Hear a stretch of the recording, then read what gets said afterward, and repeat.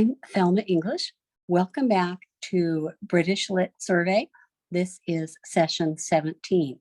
Glad to have you back. Let's open with a word of prayer. Heavenly Father, we thank you for this day. We thank you for the privilege of home education. I thank you for all of the families involved in watching this class online or watching this class in a group or home alone. I pray that you would bless each student as they long to learn more about you in history and the way people have recorded history and your people, John Milton and John Donne today. Father, just bless these young people in Jesus' name. Amen.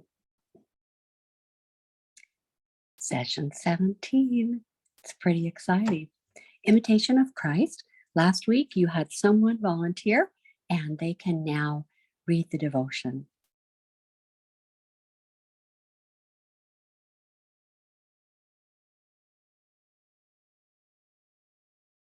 Okay, we'll get back. Again, if you're at home alone, read the devotion out loud to yourself. It doesn't matter if you are home alone. Session 17, we're continuing to read through Paradise Lost. This is a long project. Our papers are not due until session 21. So you're going to continue to think about that paper, write some things down, perhaps start an outline on someone you want to read about. I have prepared some emails that your teacher, parent, or facilitator can cut and paste into emails and send to all of you after class today. And they are just email ideas on how to write a paper about Satan, about Eve, about angels in general. That's kind of fun. And you have handouts. You've got a handout today. You have a 7-page handout outline of Paradise Lost. I actually got that outline from some university online. And then I went through the outline and added the book and line numbers to each of the items on the outline so that you can use that to find your way back through Paradise Lost again as you're looking to write your paper. You can see the outline of when events happened with the exact book and line numbers, and that will help you to look for quotes or to look for sections you want to read again. It is a big book. Your take-home exam is due today. If you're doing the exam, it's 25% of your Q2 grade. So you have the 7-page Paradise Lost outline. Then you have a 4-page handout on angels. And if your parent or teacher would prefer, I suppose they could send that to you as an email and make you print out, but it's kind of fun to read it. It's an outline. It's information about angels from different Bible dictionaries. Where are the angels found in the Bible? What do we know about angels? How many kinds of angels do we see in the Bible, and what do they do? Do we have descriptions of what they look like? So it's kind of a cool handout. And then you have a 6-page John Donne handout because we just have some of John Donne's poetry, and he was a prolific author. Lots of writing. And so we'll just be looking at him today. But that handout we'll take a look at that today. So if you're just getting that, keep that on top of your lap. Of course, keep your book available. We're reading another 50 pages this week from book 4, line 501, to book 6, about line 500. And in your syllabus, you are assigned for L'Allegro and Il Penseresso again, which is that Dionysian and Apollonian style to life, and which does he seem to support, which is kind of fun. Again, working on your paper. And then again, there are read alouds. And if you have not listened to any of those yet, you will wish that you had, because I explain little things as I go. I give you Bible references and other book references, Shakespeare references and things like that, so that if you have your book open, especially if you have the Norton Critical Edition, you can make little notes in the margins and be ready to read this again at the college level and ASAP. So your presentations will be in May, usually the last 2 sessions. So your teacher, parent, facilitator can get ready to help you with those. And of course, project ideas, I mentioned a few of those last week. You can make a game that the class can play. You can give a presentation on a biography of somebody that we read, somebody you wished we read more of. We just read a little bit of G.K. Chesterton. We just read a little bit of C.S. Lewis. We don't read any Tolkien. You could pick an author that we don't cover and give a biography and tell the important books they wrote, something like that. Teach us something. Samuel Johnson, and this, of course, is from my Norton Critical Edition. I have the second edition. And Samuel Johnson, famous guy from the 1700s. You can look him up. It's a whole nother presentation to talk about Samuel Johnson. He says about Paradise Lost, he says his subject is the fate of worlds, the revolutions of heaven and earth, rebellion against the supreme king, raised by the highest order of created beings, the overthrow of their host, and the punishment of their crime. The creation of a new race of reasonable creatures, their original happiness and innocence, their forfeiture of immortality, and their restitution to hope and peace. The ancient epic poets, in other words, he's talking about Homer, wanting the light of revelation, and want in the 1600s means lack, just like the King James Bible, just like Shakespeare. Learn that word. If you're wanting, you're lacking.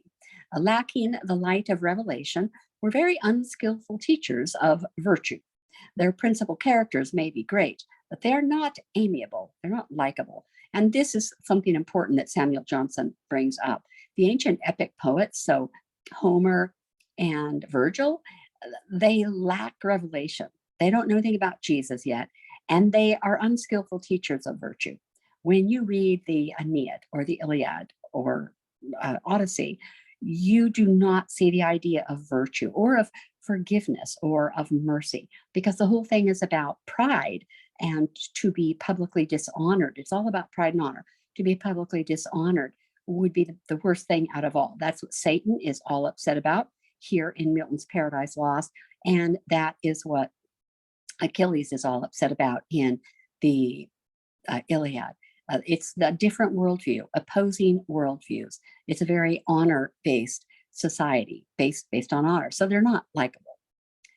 He continues, the reader may rise from their works with a greater degree of active or passive fortitude, and sometimes of prudence, but he will be able to carry away few precepts of justice and none of mercy.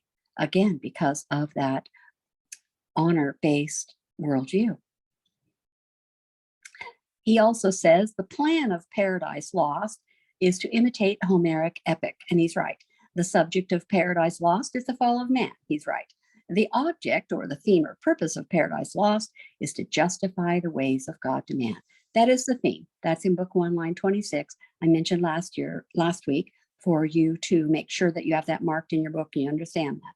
That's the theme of Paradise Lost, to justify the ways of God to man. So to explain to people, this is why we have to live this way now. It's because of what Adam and Eve did. That's the purpose, to justify the ways of God to us, which is pretty cool.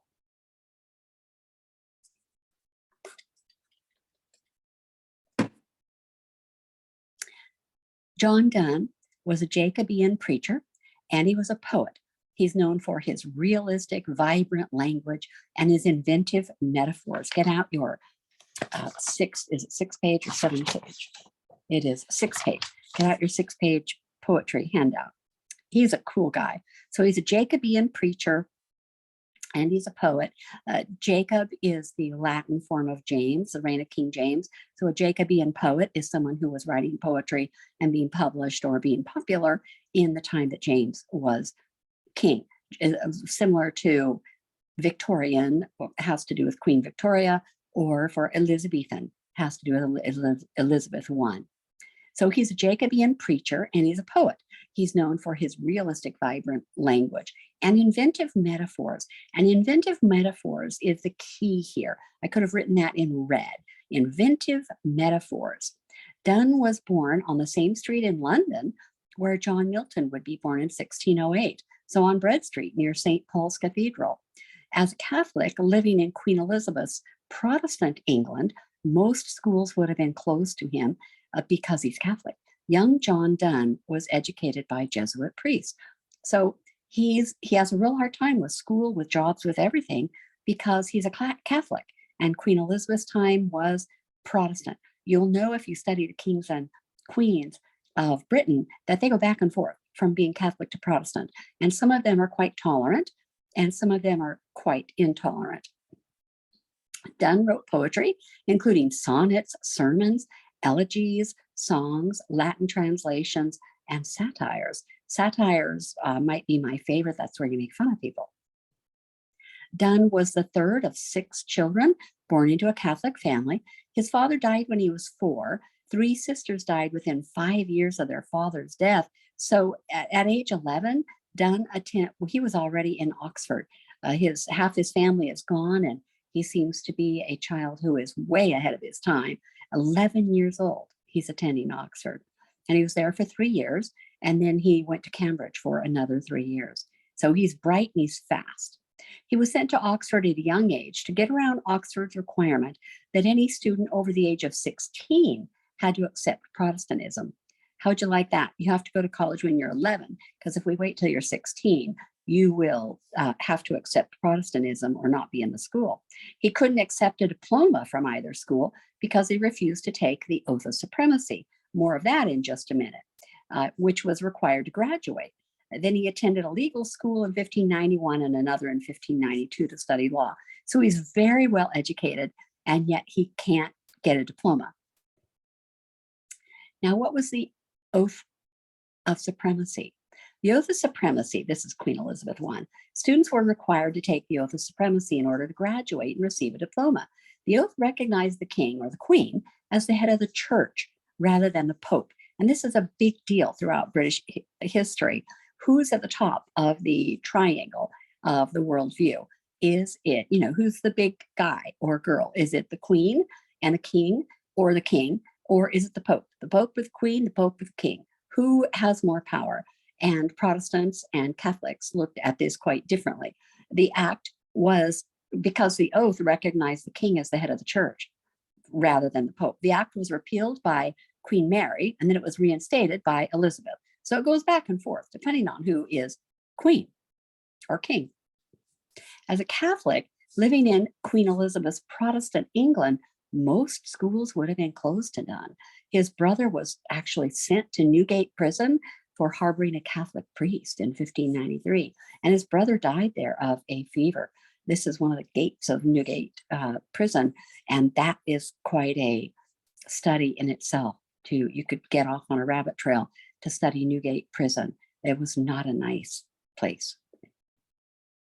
Donne's chances of career advancement were absolutely destroyed in 1601 when he secretly married a 17-year-old girl, Church of England girl, so a Protestant. He was 29 and Catholic. She was 17 and Protestant. But he married Anne More, daughter of Sir George More, absolutely for love. Anne's enraged father had Donne thrown into Fleet prison for several weeks until the marriage was proven legal, thus indissoluble. So the father was hoping to be able to annul the marriage, but it turned out it was a legal marriage, so he let him out of jail.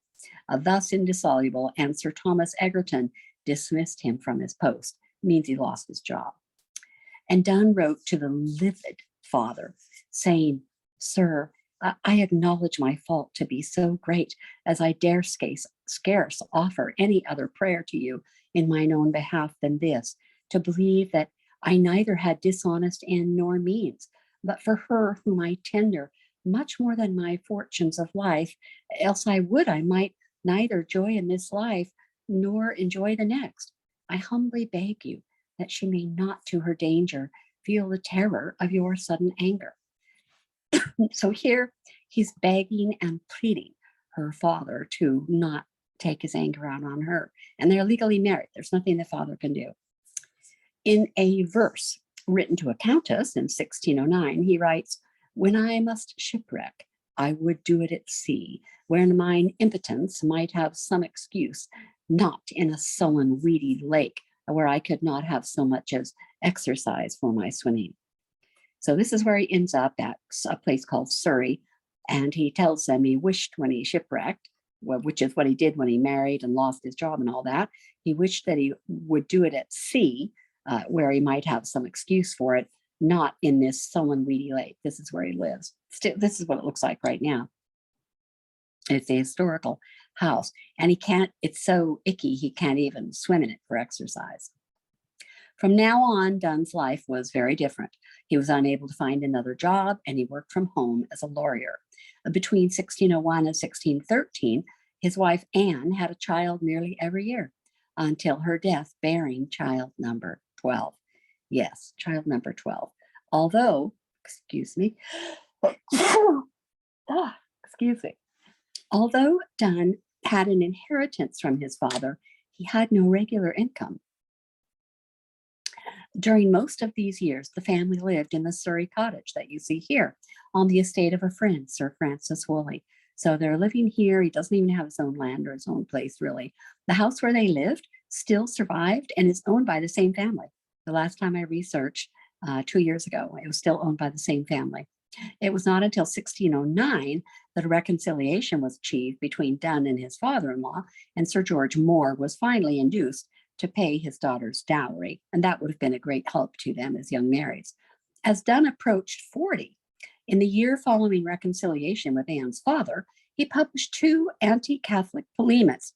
One is called Sado Martyr, Fake Martyr, and Ignatius, his conclave. They were final public testimony of Donne's renunciation of the Catholic faith. So he's renouncing his Catholic faith and he's going Protestant. Ignatius, his conclave, is a vicious satire, a description of a dream. And Donne views famous Catholics in hell. So Ignatius, his conclave, or the,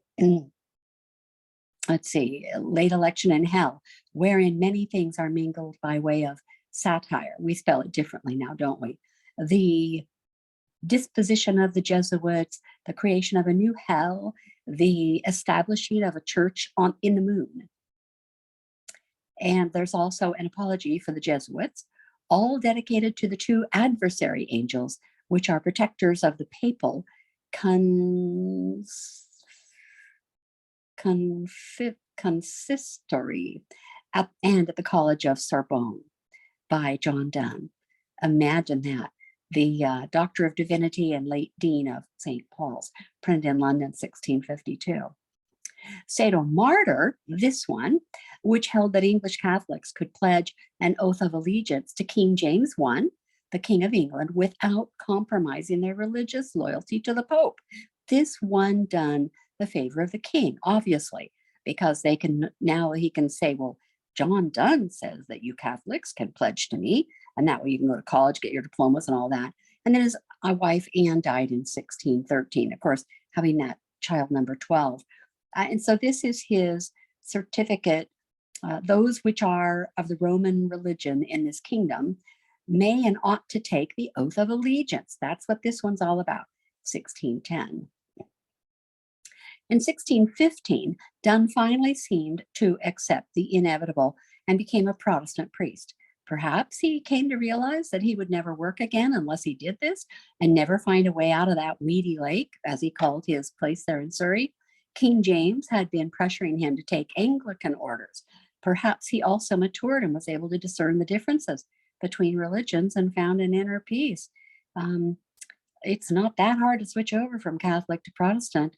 You start reading the Bible and realize God loves everybody. And if you love Jesus and if you accept him, if you repent from your sins and accept Christ as your salvation and acknowledge that he died and rose again from the dead on the 3rd day, all of those things, then you are a Christian.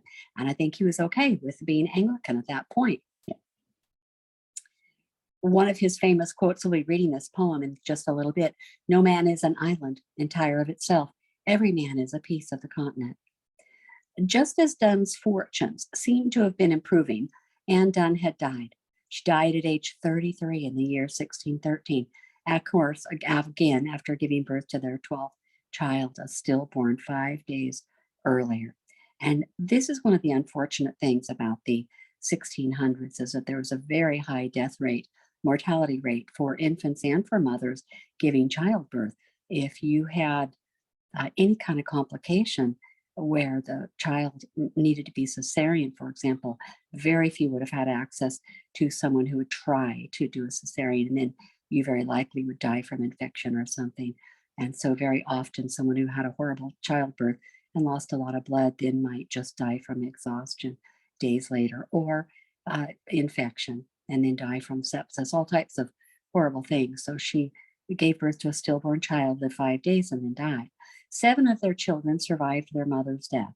So that means 5 of them died by the time their mother died. Struck by grief, Donne wrote the 17th holy sonnet. And we have this one, the 17th holy sonnet, meditation, 17. We've got quite a few of the sonnets. We'll see which one we have here. Yes, since she whom I loved hath paid her last debt. And that is on page 2 of your 6 or 7 page handout. Since she whom I love hath paid her last debt. It's a beautiful, beautiful poem. And here it is. I'm doing every other stanza in blue because I didn't have room on this slide to leave distance between the stanzas to set them apart. Since she whom I loved hath paid her last debt to nature and to hers, and my good is dead. And her soul early into heaven ravished, holy in heavenly things, my mind is set. We had a pastor who lost his wife and both children in a car accident some years ago, and this could have been written by him. And her soul in heaven ravished, holy in heavenly things, my mind is set. He is not thinking about earthly things anymore. He's only thinking about heavenly things at this point. Here the admiring her, my mind did wet, to seek thee, God, so streams to show the head. But though I have found thee, and thou my thirst hath fed, a holy thirsty dropsy melts me yet. But why should I beg more love, when as thou dost woo my soul? For hers offering all thine, and dost not only fear lest I allow my love to saints and angels things divine, but in thy tender jealousy dost doubt, lest the world, flesh, yea, devil put thee out. So he doesn't trust anything in the world because they might put out the candle of his belief, put thee out. An amazing poem for his wife. Donne was thereafter crucified to the world, and we have a sonnet that is crucified to the world. Find it. Go ahead and raise your hand, even though I can't hear you. Crucified to the world. It is on page 6. It's part of La Corona, the crown, part of 7 sonnets that are all linked together. So on page 6, crucifying. By miracles, so I'm reading from your handout, by miracles exceeding power of man. And you notice that's in red. And the previous sonnet, number 4, ended with by miracles exceeding power of man. This is really a cool format where the first line of the first poem is the same as the last line of the last poem. And the last line of the first poem is the first line of the second poem. The last line of the second poem is the first line of the third poem. The last line of the third poem is the first line of the fourth poem. And if you're able to print in color, and printed these up in color, I've tried to show that in color. So crucifying. By miracles exceeding power of man, he faith in some, envy in some begat. For what weak spirits admire, ambitious hate, in both affections many to him ran. But oh, the worst are most, they will and can, alas, and do unto the immaculate, whose creature fate is now prescribe a fate, measuring self-life's infinity to a span, nay, to an inch. Lo, where condemned he bears his own cross with pain, yet by and by, when it bears him, he must bear more and die. Now thou art lifted up, draw me to thee, and at thy death giving such liberal dole, moist with one drop of thy blood, my dry soul. He's speaking as if he's just standing there right at the cross. Beautifully, beautifully written. So he's crucified to the world at this point. He thinks of himself as literally crucified. But and that's when he wrote these holy sonnets. But the time for love poems is all over for John Donne. In 1618, he became a chaplain in an embassy to German princes. His hymn to Christ at the author's last going into Germany, written before the journey, is just filled with his apprehension of death. He knows he's dying. And so these holy sonnets are called divine poems. And you've got your handout. Clearly accepting Protestantism was not an easy decision, but nevertheless, in 1615, he had been ordained as a priest in the Church of England. The Church of England is the same as the Anglican Church. It's two different words for the same thing. The Church of England, or the Anglican Church, or the Catholic Church would be the opposite. He became a conscientious clergyman, a priest, and after 1613, when Anne died, he conscientiously cared for his 7 surviving children. Donne's private meditations, devotions upon emergent occasions, written while he was convalescing from a serious illness, were published in 1624. The most famous of these is undoubtedly Meditation 17, which includes the immortal lines, "No man is an island, and never sinned to know, for whom the bell tolls, it tolls for thee." And of course, there's an American novel called "For Whom the Bell Tolls." Donne's poetry ranges from the secular to the deeply religious to the defense of suicide. He was a leading metaphysical poet, a poet characterized by elaborate metaphors and imagery. His experiments with style and uses he experiments with style and uses wit and wordplay to create his imagery. His words are personal, intense, quite emotionally, and he deals with personal loss and suffering. Let's look at Sonnet 9 here on the screen. If poisonous minerals, and if that tree, whose fruit through death on else immortal us, if lecherous goats, if serpents envious, cannot be damned, alas, why should I be? He's got a lot wrapped up in that. It's all about Genesis. Why should intent or reason born in me make sins else equal in me more heinous? And mercy being easy and glorious to God in his stern wrath, why threatens he? But who am I that dare dispute with thee? O God, O of thine only worthy blood, and my tears make a heavenly Lethean flood. So Lethe, remember the river in antiquity, the classical river that you cross and it makes you forget everything. So make a heaven, and my tears make a heavenly Lethean flood. So his tears are like a flood that helps him remember maybe bad things. And drown it in my sin's black memory. That thou remember them, some claim as debt. I think it mercy if thou wilt forget. An amazing sonnet. His themes are complex. He explores the relationship between the physical and spiritual worlds with ease, and it can get confusing as a reader. He wonders aloud about the afterlife. This would ring true to his audience who live in a time of short lifespans where suffering and death are around every corner. Remember, I think the death rate for giving birth is almost 1 in 4, 400 years ago. You can look it up and correct me if I'm incorrect. He explores spiritual themes in a unique, profound way.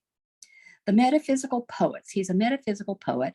It was a short span of popularity, but he's a metaphysical poet. I know this urn-looking thing looks kind of funny, but we'll give the story of that really quick.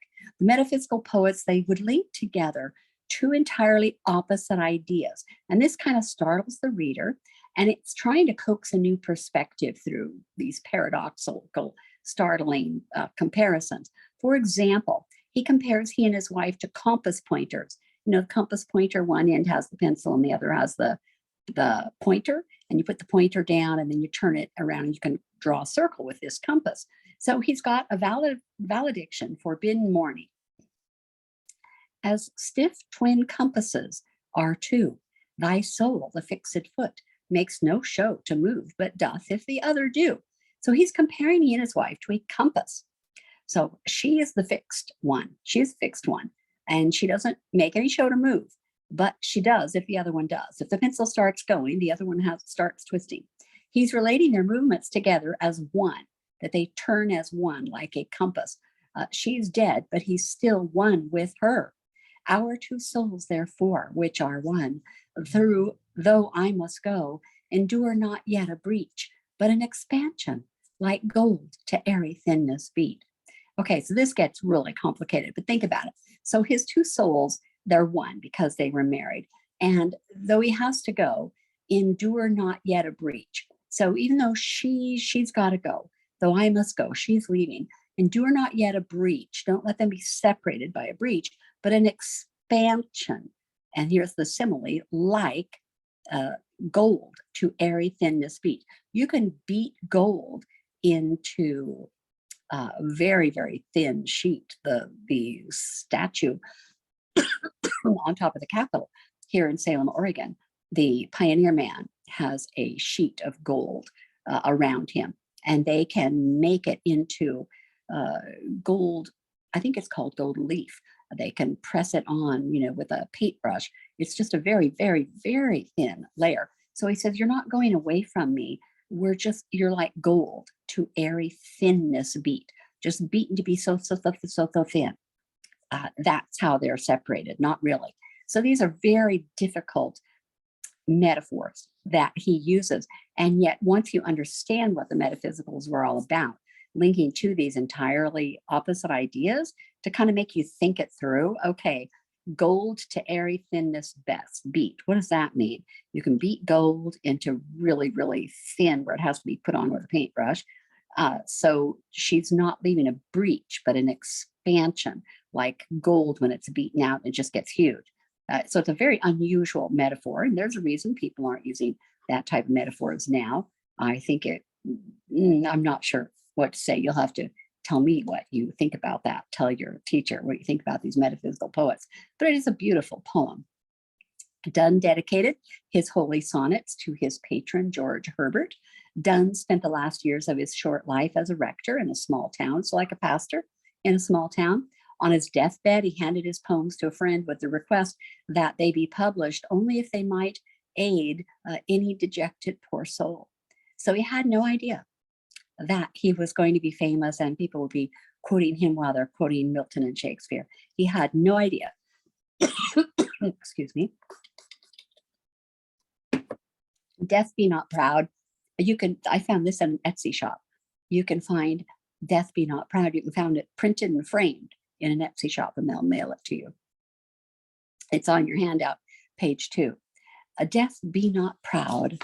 I think I can read it easier from the handout. Death Be Not Proud. And the rhyme scheme I've noted by color for you so that you can see it's an ABBA pattern. ABBA as far as the rhyme. The, me, and so, and overthrow. And I've done it with color in your handout if you were able to print it with color. Death, and you can see that now they haven't divided it in this Etsy paper, but in your handout you can see there are 3 stanzas and then a rhyming couplet. Death, not a rhyming couplet. It might be eternally, thou shalt die. Sometimes we pronounce words differently and they may have rhymed when this was written. Death be not proud. Death be not proud, though some have called thee mighty and dreadful, for thou art not so. For those whom thou thinkest thou dost overthrow, die not, poor death, nor yet canst thou kill me. From rest and sleep, which but thy pictures be, much pleasures, then from thee much more must flow, and soonest our best men with thee do go. Rest of their bones and souls' delivery. Thou art slave to fate, chance, kings, and desperate men, and dost with poison, war, and sickness dwell, and popular charms can make us sleep as well. And better than thy stroke, why swellest thou then? So death, don't be proud. Why swellest thou then? One short sleep past, we wake eternally, and death shall be no more. Death, thou shalt die. That's right out of the Bible too. That's Paul. I can't quote you the book and verse. Amazing, really. Death be not proud. It is too bad this one on the screen isn't divided up, but your handout is divided up. So death will one short sleep but past, we wake eternally. There is there's a book of devotions that I go through. I have quite a few devotion books, and I rattle them around and switch them up here and there. There is one by I might have to look at it here. There's one by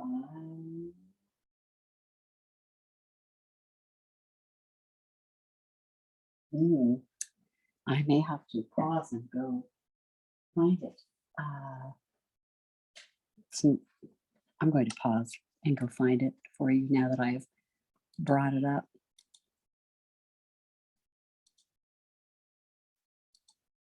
No, I can't pause it. Okay. It's not day by day. It's called Morning and Evening by, I'll have it for you next week. Morning and Evening. And on November 14, and that's the day my mom passed away, November 14. And I was reading my devotion, Morning and Evening, and Morning and Evening, it started out with, or it ended with, 1 hour with Jesus, and all the pain and suffering that you have endured will be like it never even happened. And that was such a beautiful devotion to have on the day that my mom passed. It was just beautiful. Morning and Evening. Charles Spurgeon. There we go. Now I don't have to look it up. Charles Spurgeon. That's what I get for not having it as a note. But I do prefer the poems of John Donne to be divided up properly into 3 quatrains and a couplet, the way that they were written. Divine Sonnet number 10. Here we have that effigy again. Death personified is always Donne's greatest poetic adversary. This is one of Donne's best known poems. It's the dramatic monologue of a famous preacher. And there's an echo in the opening of Divine Sonnet 10 of Paul's famous words in 1 Corinthians 15, O death, where is thy sting? O death, where is thy victory? Which gets quoted a lot at funerals or gets put into brochures that we hand out at funerals. Where is thy sting? Where is your victory? Because if you are a Christian, the sting of death is gone. We mourn just like other people, but we mourn with hope. The sting is gone of where are they? I don't know where they are. Where have they gone? Are they in heaven or hell? When they're a Christian, you know they've gone to be with Jesus, that they've been translated from this life to the next. And so it takes the sting and the victory away from death. You don't feel like, oh, the cancer won. The cancer won. No, the cancer didn't win. The person has gone to victory. There's no victory in the grave, and the grave cannot, cancer can't claim victory. Cancer was not victorious over you. Maybe it was you were in a battle, but God knew the day that you would leave. I use cancer as an analogy since I have also suffered through cancer, stage 4, which was pretty bad stuff. John Donne, Divine Sonnet number 10 that we just mentioned, and that's on page 2. Oh, death be not proud. And I did read that. Death be not proud. So this is second time. Won't hurt you. Though some have called thee mighty and dreadful, for thou art not so. For those whom thou thinkest thou dost overthrow, die not, poor death, yet, nor yet canst thou kill me from rest and sleep, which but thy pictures be. Much pleasure then from thee, much more must flow, and soonest our best men with thee do go. Rest of their bones and souls deliver. Thou art slave to fate, chance, kings, and desperate men, and dost with poison, wear, and sickness. This is the original. That's why I have this time, I'm realizing now. This is the original with all of the very unusual variations of spelling. So with poison, war, and sickness dwell, and poppy or charms can make us sleep as well. And better than thy stroke, thou why swellest thou then? Swell with pride. One short sleep past, we wake eternally, and death shall be no more. Death, thou shalt die. It's a cool poem, and it does make me think of that morning and evening. Uh, it's the day is November 14. I can't remember if it's the morning or evening selection, but those are free online. Also, you can find that if you don't want to buy a printed edition. On March 27th in 1625, James I died.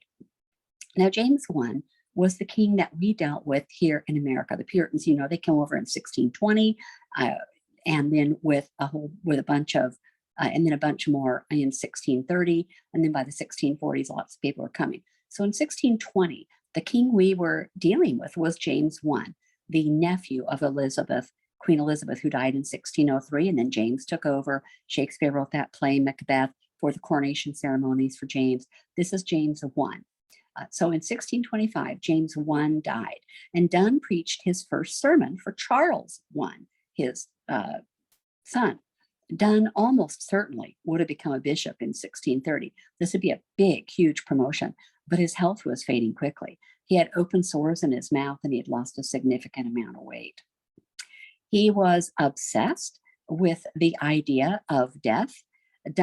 So he posed in a shroud, and the painting was completed a few weeks before his death.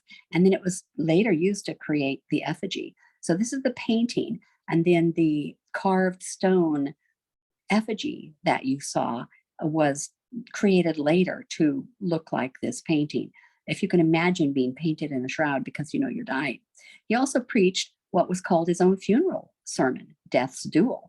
And we read that just a few weeks before he died in London on March 31st, 1631. And Death's Duel is, let's see, no man is an island, death be not proud, since she whom I loved hath paid her last debt. I'm looking through your handout. This is my play's last scene. What do you think is the theme of that poem? This is my play's last scene. Oh, death. Hymn to God, my God, in my sickness. What's the theme of that poem? Death. Then page 4, a hymn to God the Father. And let's see, maybe that's in our syllabus reading, Death's Duel. So Death's Duel is not in your handout. I think part of that is in our syllabus reading.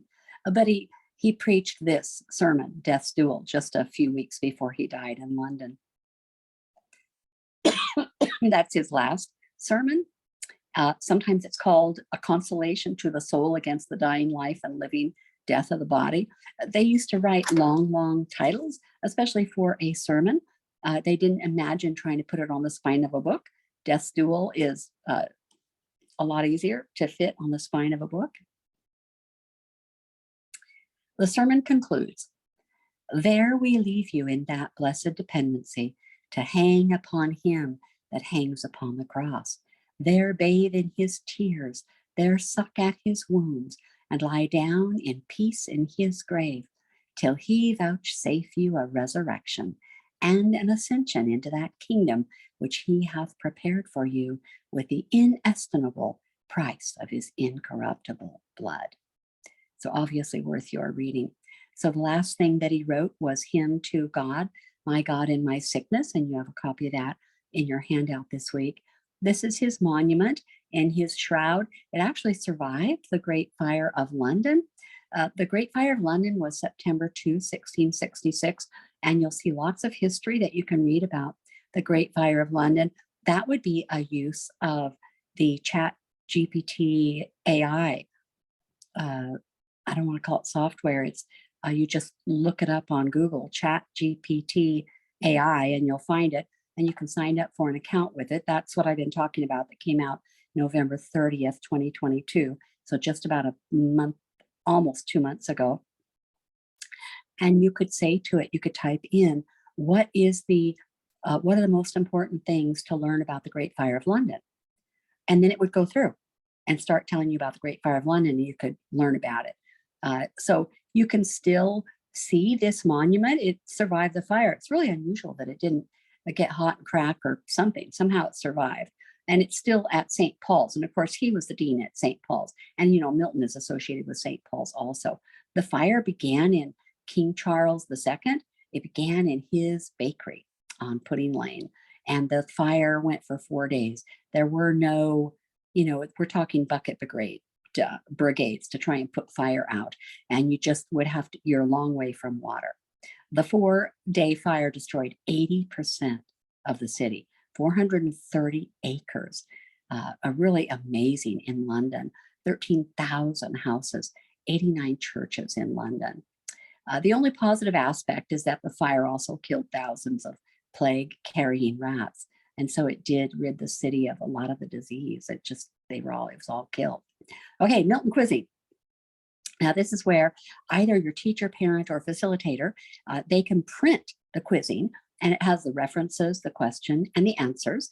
And you can use a whiteboard. If you have 2 people, you could write the reference on the whiteboard, and one person could read the question, and then set a timer, 30 seconds, 40 seconds, whatever you want to set the timer for, and let people look up the question by the reference and see if they can get it. And you should, if you've got your book open, you can go from book to book, line to line, and kind of follow along as it goes.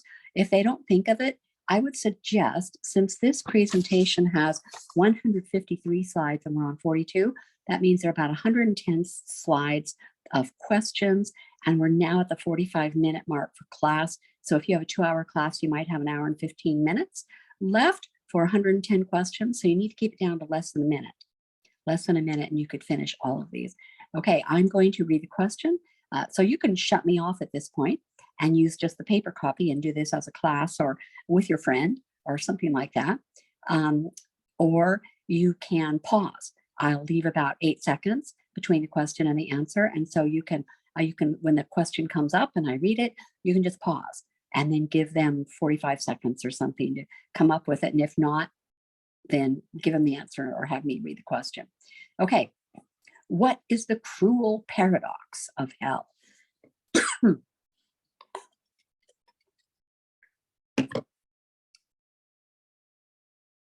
It's right there in that line. That all life dies and death lives.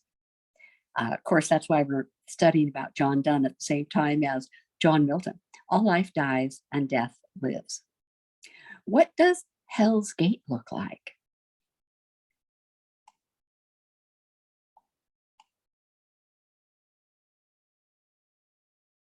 It has 3 folds each of brass, iron, and adamantine. What's adamantine? Remember, they thought it was the hardest thing, and sometimes was considered a diamond. Where did the keeper of Hell's Gate come from, and what is her name?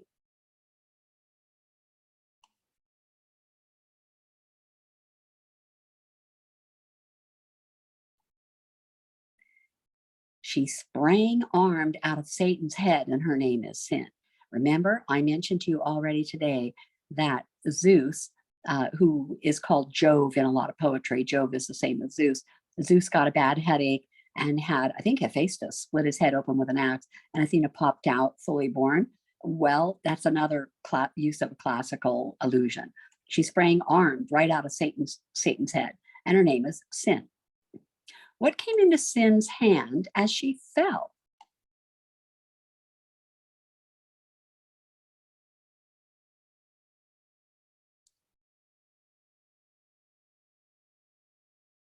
The key to Hell's Gates. Sin holds the keys to Hell's Gates. Who are Death's parents?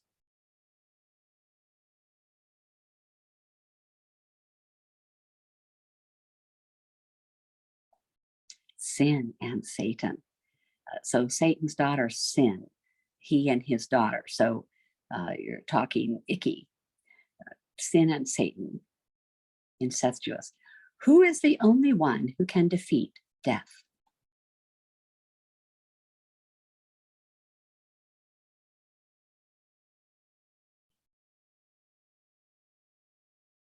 Yes, God. What does Satan seek?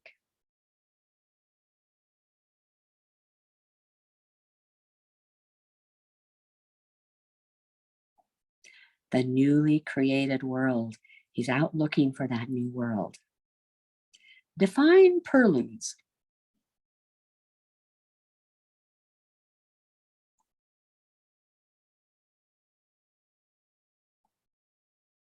Purlieus is the outer regions or the boundaries of a place, so the outer edges. What happens with the gate after it is opened?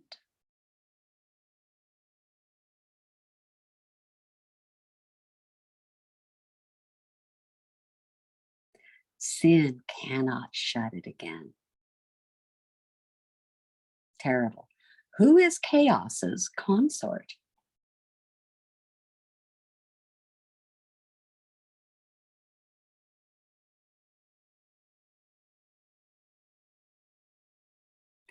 Night.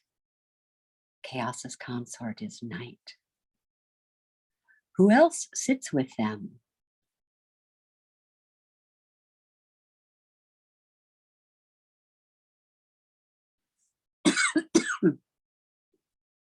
Orcus, Hades, Demogorgon, rumor. This is personified, rumor personified, chance personified, tumult personified, confusion and discord, all personified. Book 3.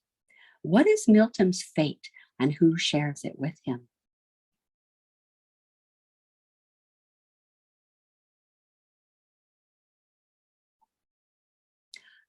To be blind. His fate is to be blind. He shares this with Thamyras. He was a Thracian singer spoken about in the Iliad and Odyssey. Maeonides, again, Homer again. Tiresias, a prophet of Apollo in Thebes. And then Phineas, a seer in Jason and the Argonauts in that cycle of literature, all blind. Define Empyrean.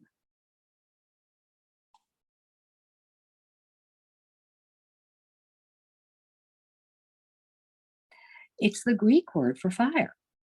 So if he says Empyrean, it means something that's really bright light or even just heaven, really bright. Empyrean. He's using a classical allusion, that word that says fire, for heavenly light. What does God look at here?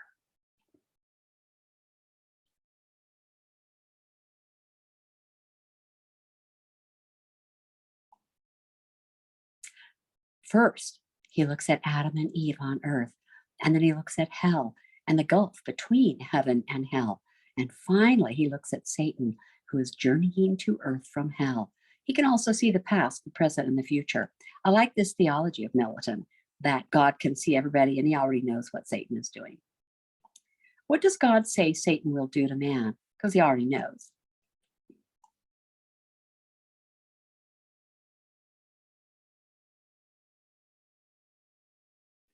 Satan will pervert man and he will disobey his one commandment, which is to obey God.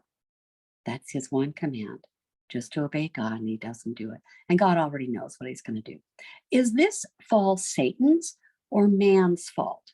And why? According to Milton,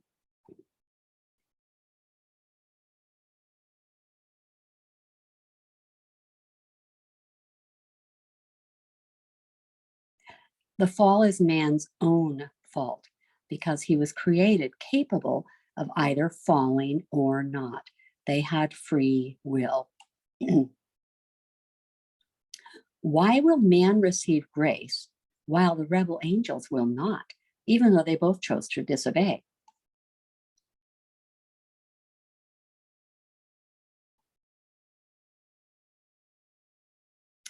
Because the angels disobeyed by their own designs. Man was tricked. He was deceived by Satan, and that's why he gets mercy. What does the Son of God look like?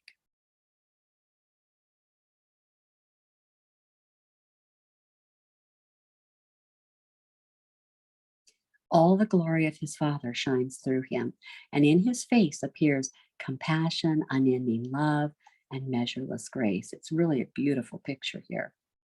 Why did God make man?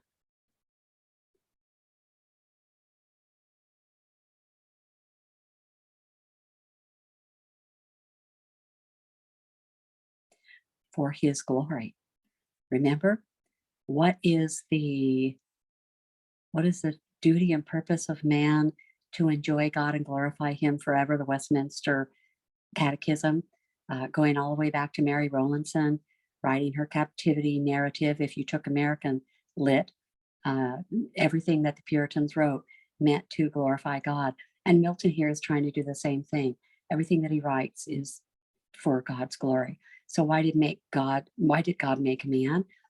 Milton simply says, to glorify God. What is God's plan of salvation?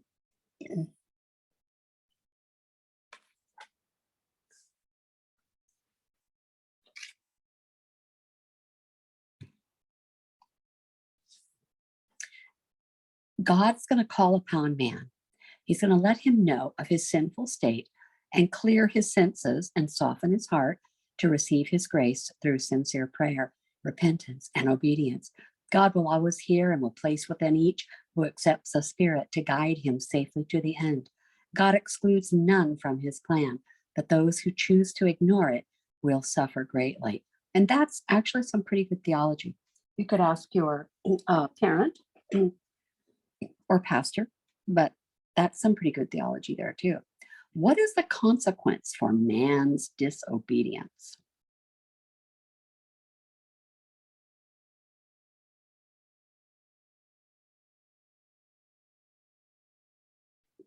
He and all his children must die. That's it. Who comes forward to take man's place?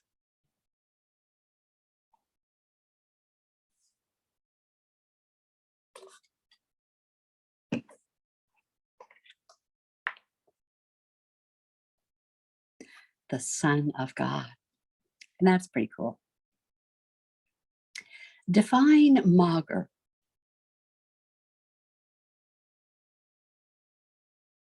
You can make this one extra credit if you want.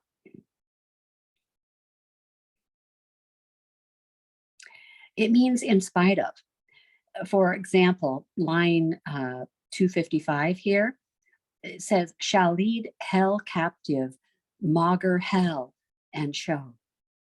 So if they're going to leave hell captive in spite of hell. And if you need to write that in the margin for next time, write it in the margin. What is the history of the amaranth flower? And of course, this is just legend by Milton.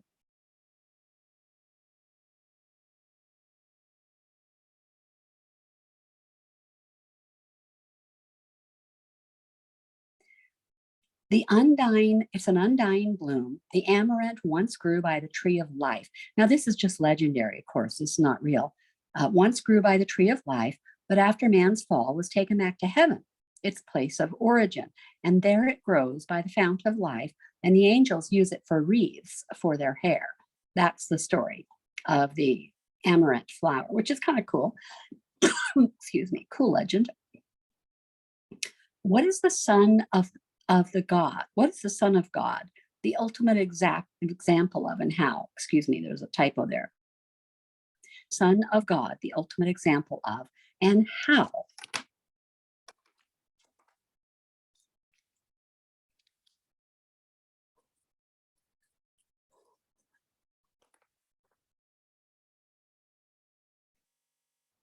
Oop, there we go. He is the ultimate example of love, which he displays by leaving the bliss of heaven to die for man's sin. Define opacious.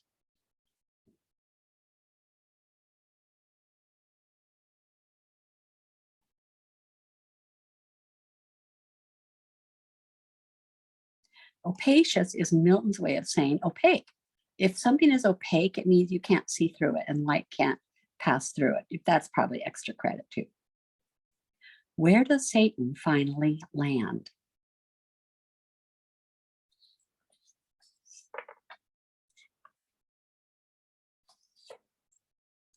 On the sun. What does Satan see coming?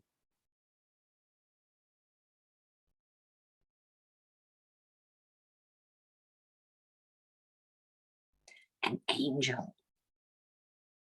What does this angel look like?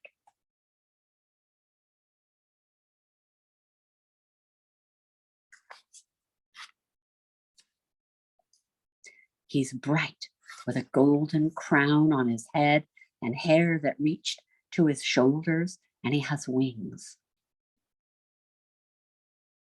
What does Satan change his appearance to? And now we know Satan can change his appearance.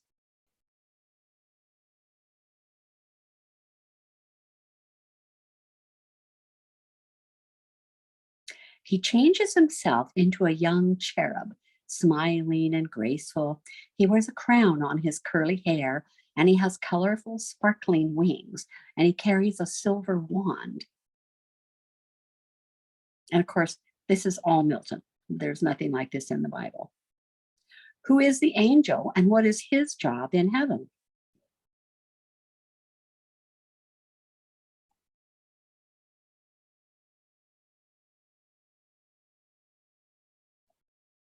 He's the archangel Uriel. Uriel is one of the seven angels nearest to God's throne, and he is God's eyes as he travels throughout the heavens and earth on errands. And of course, this is Milton, so this is not correct theology. God, of course, has eyes everywhere. He wouldn't need to have eyes out for him. But for the purpose of the story, Uriel is one of the angels nearest to God and kind of is spying or checking on things, guardian or something. What does the disguised Satan ask Uriel?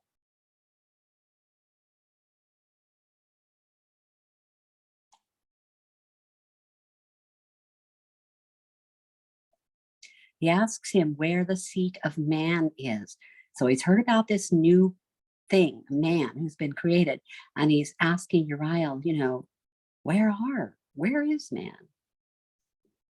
What is the only evil that only God can discern?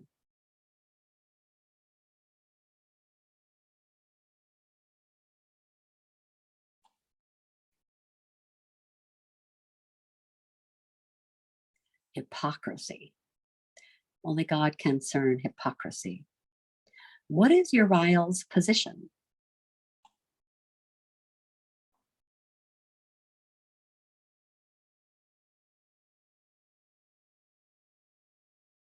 Yes, he's the regent of the sun. So he's in charge of the sun. What is Adam's abode?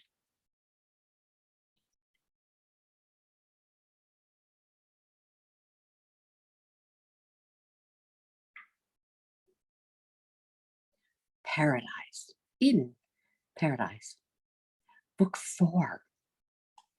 What emotions is Satan feeling?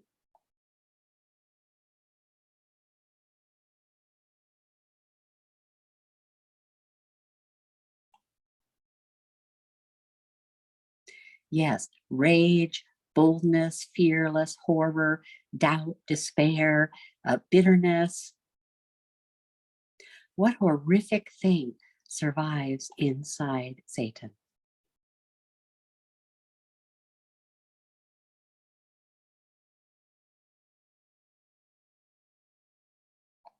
Yes, hell. Why does Satan hate the sun?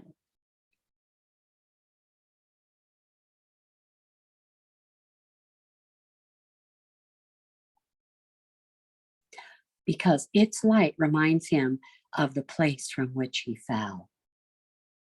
Some of these are quite touching. What does Satan say about his position in heaven and his fall?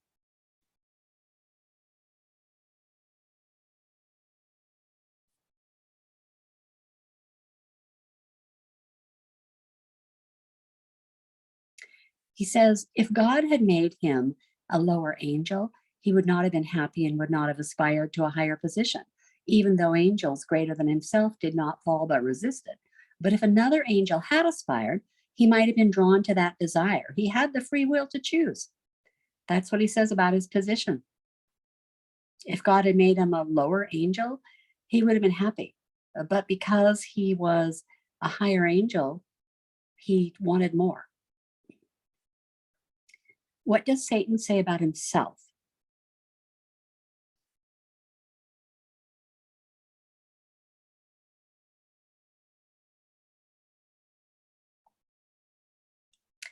That he is hell no matter where he goes. Why does Satan rule out repentance as an option?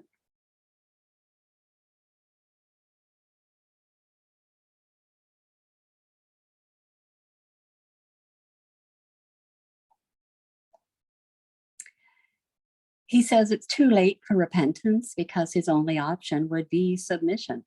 And he hates that. And it would lead to shame among the angels he persuaded to join him when he told them he could defeat God. And even if he were to repent, he knows that it wouldn't be true because he would be saying it only to escape pain. And then he would fall again even harder. Excuse me. Could be another one. What does Satan now proclaim about good and evil?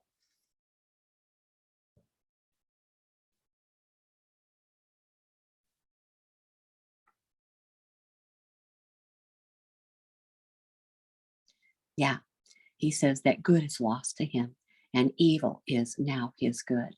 Very similar to that earlier quote I gave you about the character Aaron in one of Shakespeare's plays. You might mark this one as well. Actually, uh, Friedrich Nietzsche wrote a book called Beyond Good and Evil, and it's very similar to this. Uh, that he's beyond good and evil. He's not moral and he's not amoral, which would be no morals, or immoral. He's not immoral and he's not moral. He is amoral. He's beyond morality. And that's kind of what Satan is saying. Good is lost to him and evil is now his good. He has a different standard completely at this point. How does Uriel discover Satan's trick?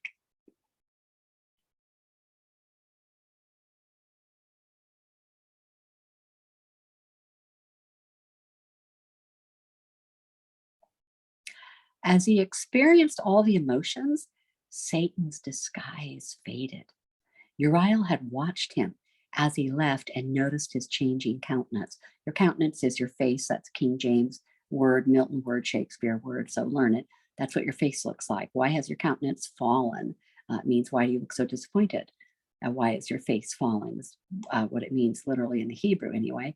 So as he went through all those emotions, Satan showed his disguise would fade. And so Uriel had that hint. Define nether.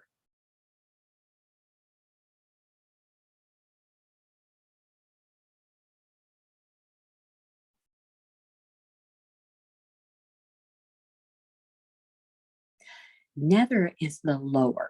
For example, located in a lower position than uh, their nether parts are their lower parts, the nether lands, the land below, nether. How many gates does paradise have?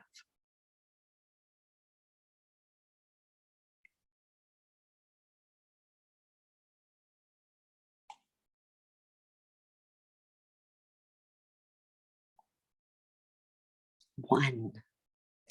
Only one gate to heaven.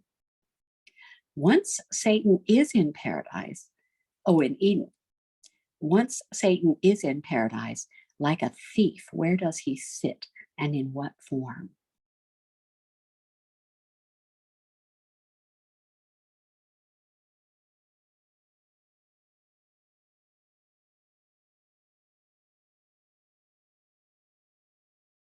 He sits on the tree of life in the form of a cormorant, so a big bird, and he's just sitting there in the tree of life.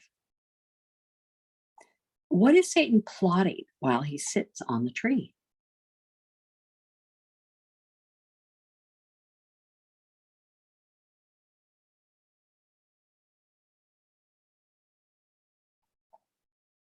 Death for the living. What is Eden called?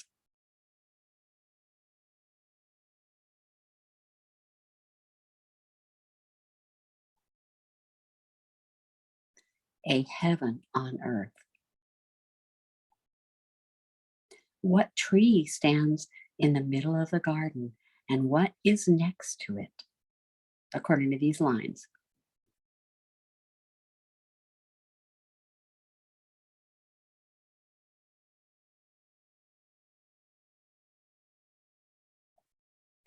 The tree of life is in the middle, and the tree of the knowledge of good and evil grows beside it. What is different about the roses in paradise?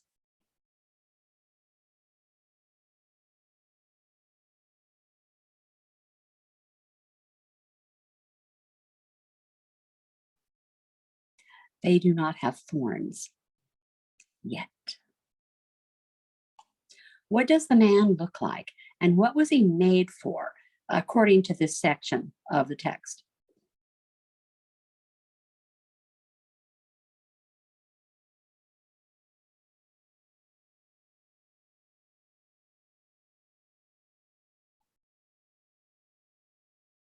He's made for contemplation, for thinking, and for valor, thinking and bravery. His eye declared himself ruler. His dark hair hung to his broad shoulders. And if you're just a little feminist, sorry if this bothers you, this 400 years ago. He's made for contemplation and for valor. What does the woman look like, and what is she made for, according to Milton?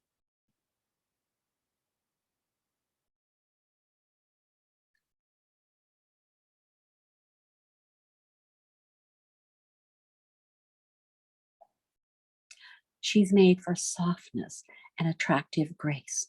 Her golden hair hung to her waist in rogue ringlets.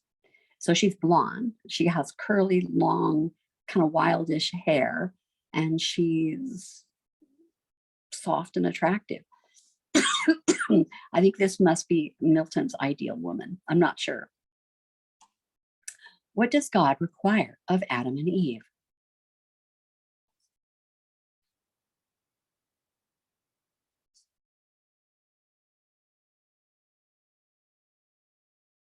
They have to keep the trees, tend to the trees, and to not taste the tree of knowledge. It's a short list. Which chapter in Genesis does this reference?